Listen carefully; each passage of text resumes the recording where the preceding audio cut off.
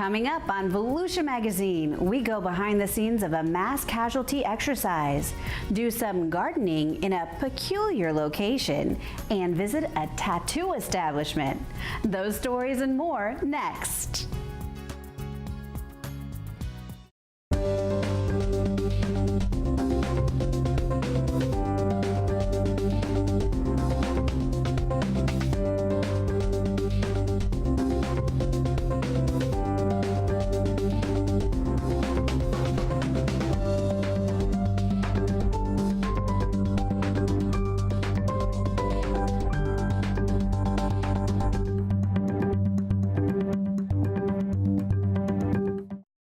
Hello and welcome to Volusia Magazine. I'm Amber Osman. When tragic events occur, it takes a total team effort to manage and take control of the situation. And to prepare for the unknown, it takes planning. Kevin Captain was on the scene when local officials recreated an air disaster at the Daytona International Speedway.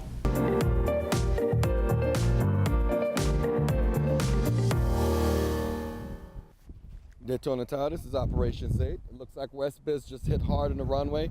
There may be some damage. The runway is closed at this time, and we're going to be closing the aerodrome momentarily.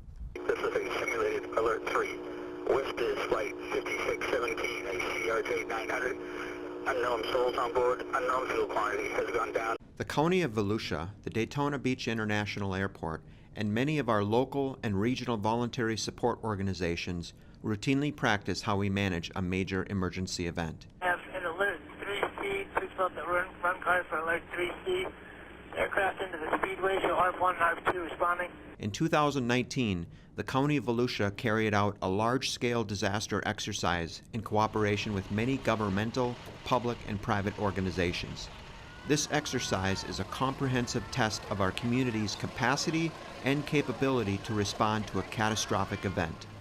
This simulation imagined the crash of a commercial airplane while landing during inclement weather, so the initial emergency response begins at the Daytona Beach International Airport.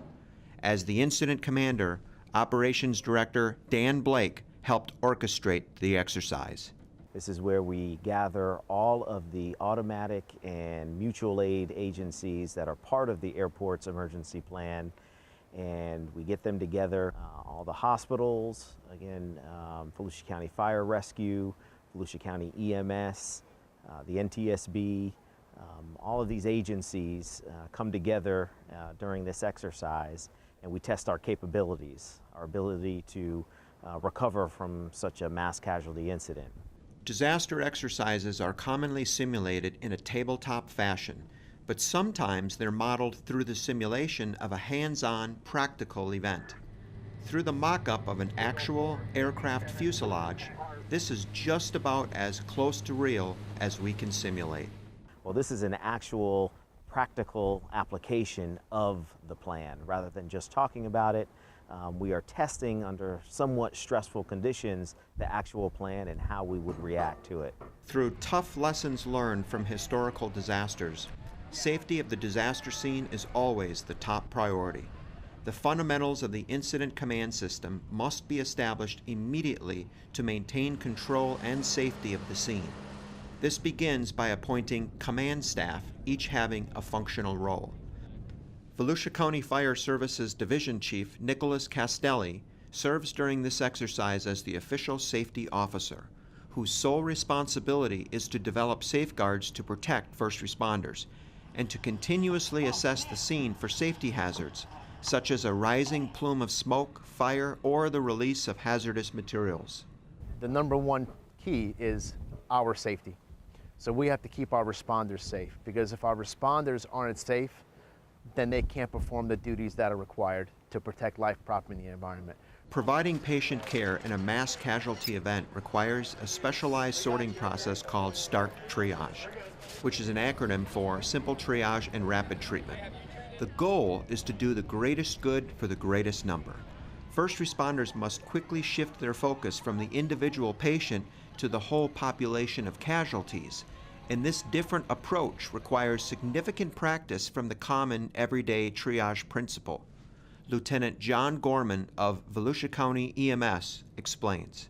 Volusia County EMS, using our START triage system, will develop a priority for each individual patient and determine what patients need to go to what facility based on their capabilities. We don't want to overwhelm one single facility and cripple the entire capability of one single hospital. We need to dilute the incident and don't transfer it from one location to another. Perhaps the most common pitfall in nearly every emergency response to a disaster is communication, especially when different agencies come together to provide mutual aid at the scene. Battalion Chief Stephen Luciano knows the importance of using common terminology and predicting the difficulties between radio channels in a multi-agency incident. Every time there's a drill or anything like this, communications is always an issue. No matter how many times you say, hey, we're going to work on communications, it's still always going to be an issue because of the amount of people that are involved and because of the frequency that they train on communications. So the more you train on communications, the more seamless it is. All of our radios all have the same channels in them, so it's nothing for us to switch to that channel and all communicate together. It's just a habit of doing it and knowing how to do it. Throughout the entire event, emergency management evaluators carefully observe and take notes. Then after the exercise is completed, there is a structured debriefing process known as the after-action review. Just like the lessons we learn from real disasters, every agency and organization shares information about the exercise. And that's the whole purpose of this exercise, is to shed some light on those weaknesses that we have and improve upon them going forward. Our takeaway from this year's drill is communications. Effective communication. This exercise provides Volusia County responders with the ability to test their operational capability and to be able to come together as multiple agencies and simulate a high-stress mass casualty event. The better that they're able to practice, the better that they can perform in the event of a real disaster. For Volusia Magazine, I'm Kevin Captain.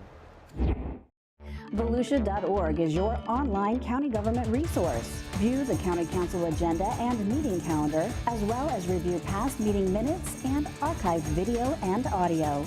Save time and bypass the lines by going online to register your car or boat, pay a bill, and much more. Plus, you can use the site to discover activities, workshops, and ways to become involved with your community. Volusia.org is your portal to everything Volusia County.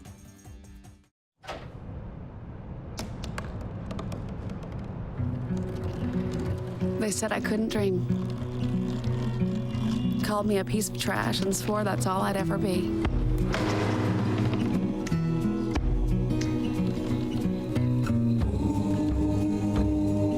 Said a bottle couldn't see the ocean.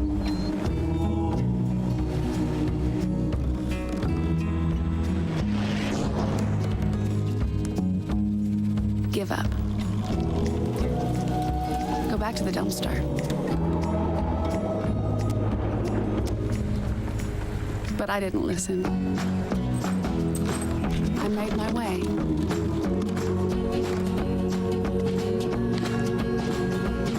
And now, I am what I've always wanted to be.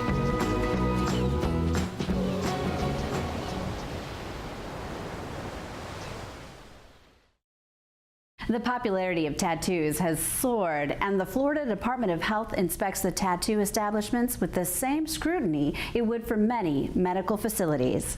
Dr. Holly Smith has more in Community Health Matters.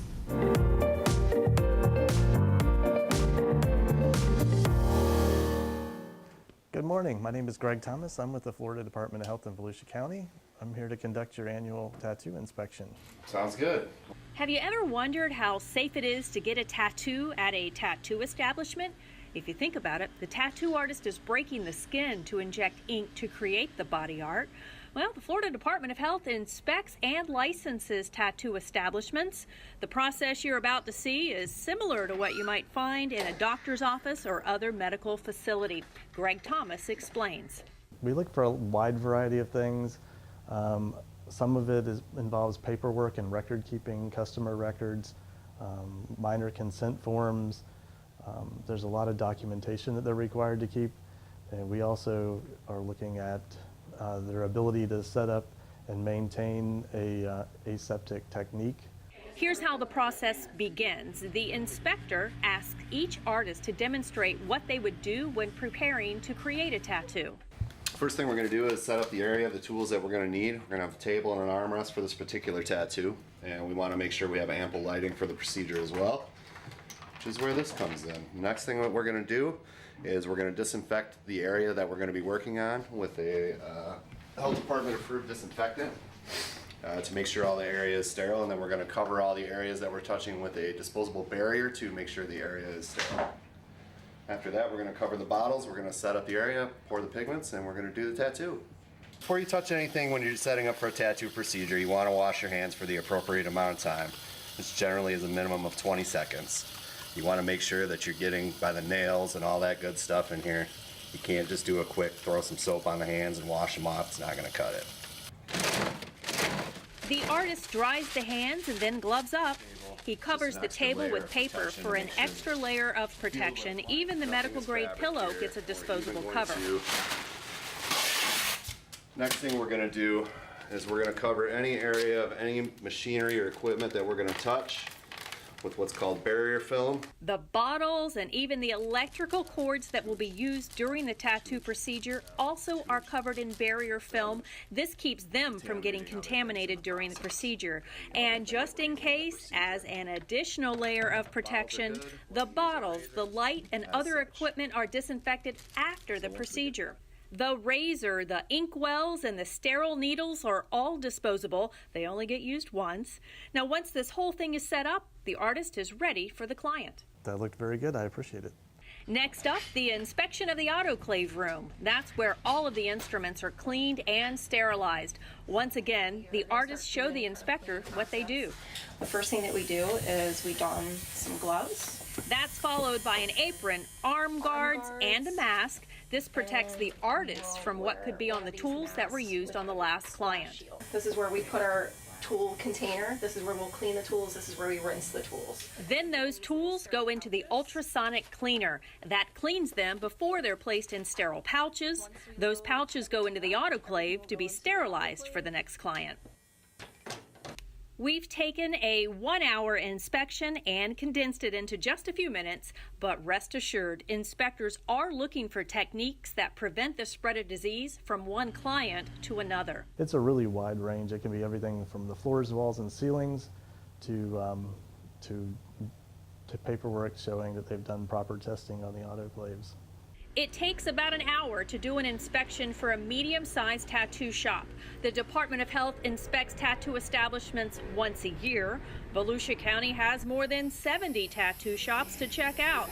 That number continues to grow, and it is not because people are looking for more ink on their arms and legs. The number has drastically gone up in the last 4 or 5 years due to a huge rise in popularity of permanent makeup, and especially microblading, which is a specialized technique of applying permanent makeup where they use a hand tool and kind of mimic the hair strokes on eyebrows. So why does the Department of Health conduct such thorough inspections of tattoo establishments?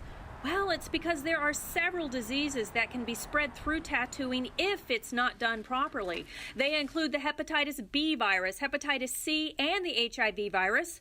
MRSA and staph infections also can be spread here. You see, there's a lot more to this process than the artist using a clean needle. I have a lot of people that call me and they talk to me and they tell me that they've gotten a tattoo from someone out of their home, which is not legal in Florida. You can't tattoo out of your home. And they say, well, I know it was okay because I saw him unwrap clean needles. What does happen is that you could be tattooing on a surface like a couch that can't be properly cleaned. It could be contaminated with blood or bodily fluids. You could have the machine itself have blood or bodily fluids on it and not having been cleaned properly. All the surfaces, all the inks, all of those things could be contaminated. So there's many, many other ways to transmit disease besides just reusing a needle. If you're thinking about getting a tattoo or a piercing and want to make sure that you're going to an establishment that has been licensed by the Department of Health, here is what you look for. Tattoo establishments and piercing establishments are required to have a location license from the state of Florida. And you can look on the wall and look for the Florida Department of Health logo, and you'll know that you're in a licensed establishment. Also, tattoo artists also must have a license that looks a lot like that, and you can request a certificate from piercers to prove that they've taken the required coursework. For the Florida Department of Health right here in Volusia County, I'm Dr. Holly Smith. The Volusia County Council meets on the second floor of the Thomas C. Kelly Administration Center, located at 123 West Indiana Avenue in DeLand. Public participation begins at 9:30 a.m. and the meeting agenda starts at 10 a.m. A live video stream is available at volusia.org/audio, and agendas are posted at volusia.org/agenda. Future meeting dates are available online at volusia.org. How was your summer? Good, but it didn't knock my socks off. I'm just inside out about seeing all my friends. Hey, Miss and Match, where's Fabian? He didn't get his shots, so he's home with spots. He didn't get his shots? He's home with spots? That's terrible! Get your back-to-school immunizations and make sure you catch the bus, not the bug. Before you go to school, go get your shots so you don't miss a day. In Solutions for Your Life, Joe Sewards goes behind bars to see how Volusia County Corrections is using gardening to bring new skills for some of the inmates, as well as healthy food choices for the prison population.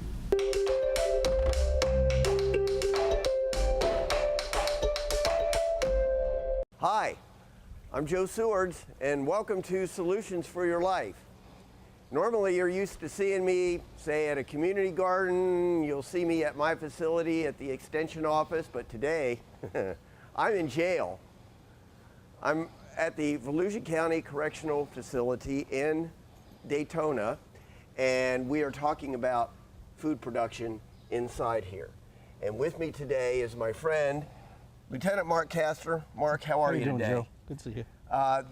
We've been working with the jail for the last couple of years to help increase their production of food inside the prison here so they can feed the population in a more healthy and sustainable way.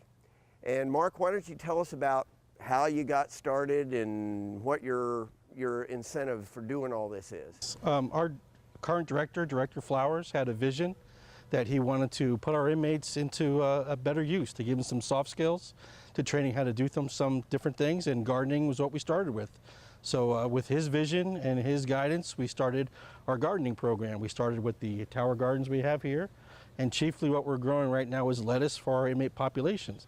And then we've increased to our size, the other different systems, in-ground gardening, which we have potatoes growing in now. We have a vertigrow system that has more lettuce in it, so we're able to give most of our population fresh lettuce that's fully organic, very healthy. Better than what they were getting beforehand. How many heads of lettuce are you growing right now? About 2,500.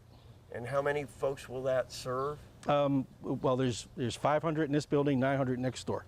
So 1,400 people. And how fast are you able to turn this lettuce over? Every 7 weeks, from the time we plant it for the seed to the time we harvest. So you've got a rotation going. Correct. So you're constantly harvesting lettuce, but it's from seed to an edible plant in 7 weeks. 7 weeks. And it's all hydroponics. All hydroponics. Chiefly, we're using our female inmate population to work in the gardens. They'll be here anywhere from 1 to 2, sometimes 3 hours a day, depending on what phase of gardening that we're in at that time. All right, ladies, you can step on in. What we're going to be doing today is we're going to be harvesting. Because everything we're going to pick today, guess what we're having for dinner tonight? So if you can give me a hand, we're going to take everything off the towers, take off all the root bases, get them in the coolers, get them in clean, and get them inside. All right? Okay. Let's get started. All right. We show them from basic seeding in a small seed tray to transplanting that into the gardens, and then how to maintain them, how to pull away anything that's dead, how to keep everything looking fresh and healthy, how to identify different pests, to resolve those pest problems in a natural and organic way. I think one of the biggest benefits that we see for our inmates is it's something else that they can do. They can spend their time. They're learning to fall in love with gardening. And for some of them, they have said, and they've come back and told us that they've learned a different type of peace and tranquility by working in the gardens that have actually showed them something different. They don't have to go back to the street to drugs or anything like that to get that feel good. They feel good working in the gardens here. Currently, we're teaching incarcerated individuals the Green Industries Best Management Practices class, GIBMP. so that when they get out again, they can leave here with a recognizable certificate. It'll help them get a meaningful job. Mark, we got several examples of hydroponics here. Tell me about this system here. Well, Joe, this system here is basically 75% recycled. This is a true hydroponic system. We have water fed from one end running through both these areas here, but it's probably the most interesting thing about this is this whole system was about $80 in cost. All the wood here is recycled from the Sheriff's Department Training Center.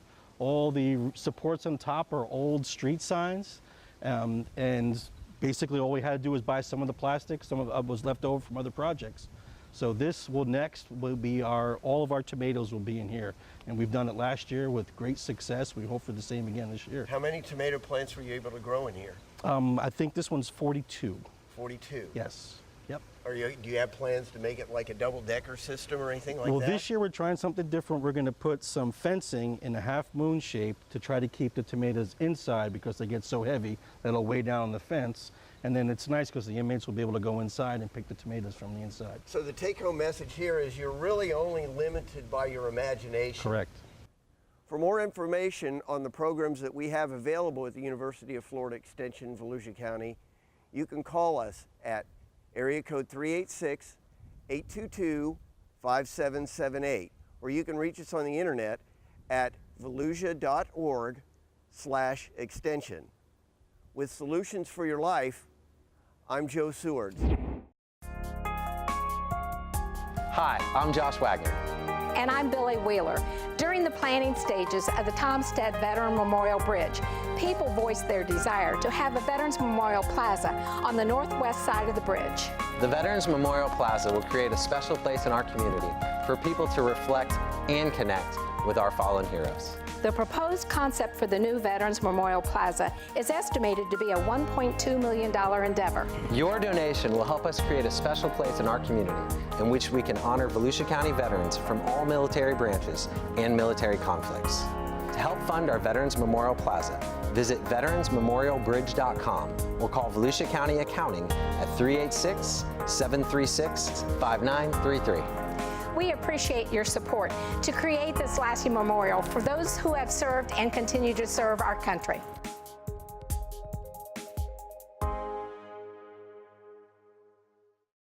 Before building a new home or building, there are measures in place to ensure balance for the needs of private property owners and the preservation and protection of Volusia County's natural resources. Community Information Director Joanne Magley takes us behind the scenes for a day in the life of an environmental permitting inspector.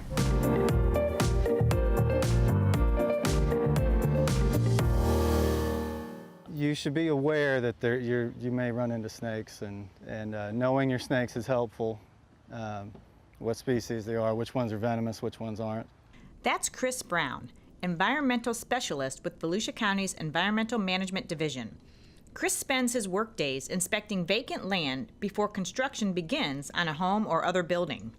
When a building permit application comes in, inspectors with the Environmental Management Division then come to the site and they check it for any protected trees, wetlands, or gopher tortoise burrows.